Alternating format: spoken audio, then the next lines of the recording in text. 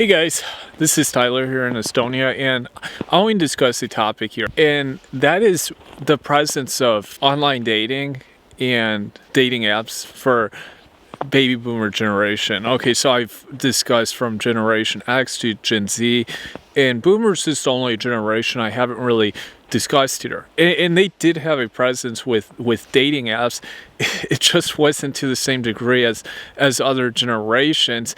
And I want to explain here like how they used it and how it worked for them. Firstly, the boomer generation was probably the least affected by dating apps of all generations that I've spoken about. They obviously were of a much more advanced age when dating apps came out. If you think that the oldest boomers would have been retirement age when the first dating apps came out, like eHarmony or Match.com, there may have been a couple other smaller ones at the same time. They didn't really have much experience with these applications, but truthfully there were boomers that did use these online apps, and I think many people don't realize that, younger people, but I know in my family, like one of my uncles, my dad has some friends that actually used online dating, and I also know of some other guys that have used Tinder that are actually boomer age, and they have different experiences.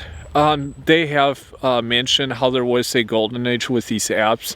If you go back to like the early 2000s, these guys could use them even at like 40s or in their 50s. It would get matches. More of the boomers, so the guys were, I think, a little more humble with what they could get and obtain, and would be more willing to go for ladies that were a little older. But there were some where they would definitely swing for the gals in their 20s, maybe early 30s, and they would actually have success, because we all know about the sugar daddy concept, and this concept's obviously always existed, and the boomers certainly realize this, and so some of them would aim for these real young gals, attract them, and they knew that they could attract them, and the gal would be interested in dating them or even be a relationship, and some certainly did. I know of guys personally that are 60 plus, and their significant other that they met online is like around 30 years younger. I know two guys like this. In both cases, they actually met online. So for the relationships, especially where there was like real big age gaps, I think this was a real good arbitrage opportunity, especially like 10 or 15 years ago. Guys could get on these dating applications and have success. And maybe now with all the sugar daddies, this may even be better than ever before. And these guys are getting on and finding matches very quickly, some of them. To this day, too, some of the funniest guys that I've known have actually been boomer age guys. Some of them have amazing humor. I think I've mentioned my uncle. He's one of these guys. So these guys saw the opportunity. Like I said, it was a small percentage of boomer population that were interested, and there was a segment that was. I don't know the exact percentage. But one of the differences also with the boomer age population is, I think, the ratio of men and women on these applications. It was more balanced, but I think overall the success rates may actually have been slightly higher for the boomer guys than the women, because obviously when you look at the age of these women, the oldest ones would have been 50 plus, and even the younger ones would have been like, say, in their late 30s. So it wasn't really they were at a period where they were maybe a little too old. Obviously for men, being that they can be in the dating market, relationship market much longer, for some of them, they had some great years ahead of them, and they capitalized on the opportunity. I think of the older men that I've known, the boomer guys, probably some of the most positive when it comes to their experiences with these applications, and many of them didn't really take it that seriously in the beginning, or they didn't really expend a lot of emotional energy. If it went well, it did. If it didn't go well, it wasn't a big deal to them. They knew at the end of the day they were meeting a woman online, and it could go either way. Now for the boomers, this was actually like first of its kind. For when many of them saw dating apps like eHarmony or Match.com, they had never had these kind of situations before. Most of their lives, obviously, it was mostly in face-to-face environments where they were meeting, and so this was something new. I think the mindset was a little more exploratory, you might say, because this generation obviously didn't grow up with all the computer technologies like we have today. And they were, so it was very new experience. And I think that it's for that same reason that many of them didn't ever try it out, even if they were trying to seek out a new wife or spouse. But there was a segment that did, and I think more of the boomer men were actually looking for spouses if they did use these applications. Now, as I spoken about before with like eHarmony and Match.com, early years they were more focus their efforts on older demographic, and the younger boomers actually would have fallen into that demographic, and so some of these guys were very seriously using the application, and for some it worked, probably for more it didn't work. It went either way.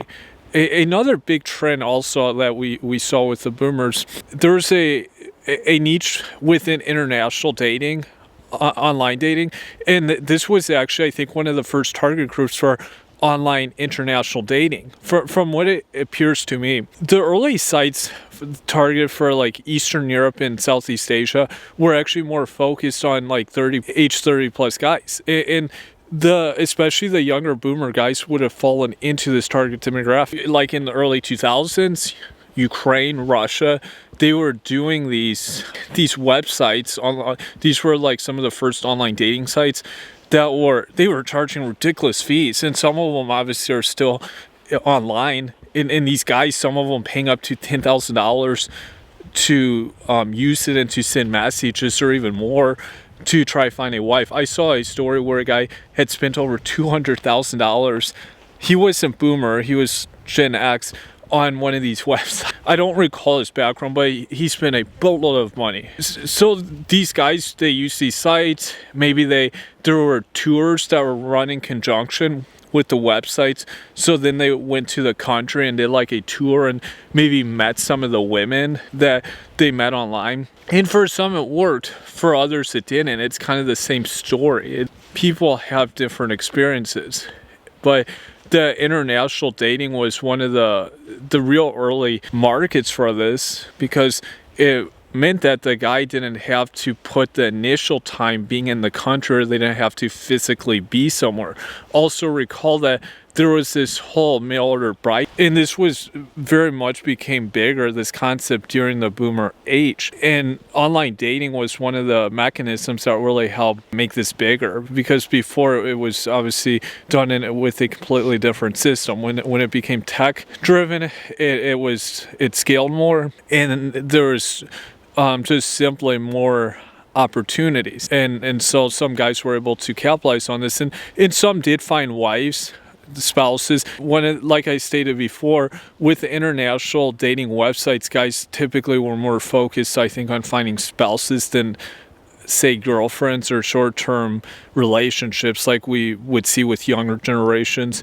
And this was probably one of the key differences. And the other thing, of course, is, like I mentioned, some of these guys, they did want to bring these women back. Others didn't, but I think that was actually more common with especially the ones based like in Southeast Asia or Eastern Europe. They would actually want to bring the woman back, which, as we've spoken about, often doesn't go well, but this was the preferred method. I think these guys were trying to take a wife from that country with those characteristics and bring them back, and it kind of anticipated the same, but as we know, that often doesn't occur. Also, we didn't have the same kind of saturation on the apps. There weren't so many desperate guys on these apps like there are now. Recall that firstly, there's a large demographic that was married or that had been married and were divorced and were not seeking relationships. Then you had guys that were just focused on face-to-face situations. And then you had other guys that really didn't care either way, but they weren't going to pay to use like an online platform to date. And you also had other methods. I mean, you had these kind of dating agencies. You had like kind of blind dating services. There were all types of avenues here, but there wasn't this heavy saturation of men, so many men fishing out women that were single, and that was one of the big pluses for them. And due to the age and the time period that the apps became bigger, this demographic was at such an age, you don't have all the like single men flooding to the sites to try find some girlfriend or spouse. The dating services were mostly web-based, as I said. As they became more app-based, we saw like Tinder, Baidu. There's still a small percentage of guys, boomer guys, that would be using these apps, but it started to decrease over time, and because the age, of course, started increasing for these men. And more of these men obviously started to stop using them or find other avenues. But like I said in the beginning, there were guys that were genuinely successful. To this day, I actually know guys in my personal life, they've met several girlfriends or short-term relationships online, and these guys are 60 plus now. And they, one of these fellows, he's a family member. He's had a girlfriend that was like around 30 years old. This was a few years ago. He's twice her age. Certainly, like I said, within like the more of the sugar daddy category, there are sites that have a lot of opportunities to offer, and not even necessarily for men that have a lot of resources. I know of guys who don't have a lot of resources, and they just, I guess, appeal to the girl. There's a lot of girls now that are women that have daddy issues, and they want to be with a guy that's like twice their age. And maybe there's more opportunities now for boomer guys, that because of economic problems in society and a lot of social problems with young people. This may actually, the trend may actually go up, because I had recalled that there have been some sugar daddy sites that have really seen an increase in popularity in the past few years. Many of the members are like boomer age guys. And so this could actually continue going up. The key here is like the boomer demographic, it obviously wasn't as hit as hard like Generation X with online dating, but they were still one of the first two demographics that really experienced this online dating presence and kind of saw how it replaced a lot of the face-to-face dating, especially for short-term relationships. And for some it's worked and for others not. I think the negative experiences has not been nearly as bad for this demographic as for younger people now. And yeah, for boomer guys, if there's opportunities out there, check it out. I mean, it may be better now for guys of this age group than for younger guys. Like I said, a lot of sugar daddies. There's a lot of women that have daddy issues now, and there's certainly sites that cater to those needs. So give me your feedback here. Give me your feedback below, and thank you.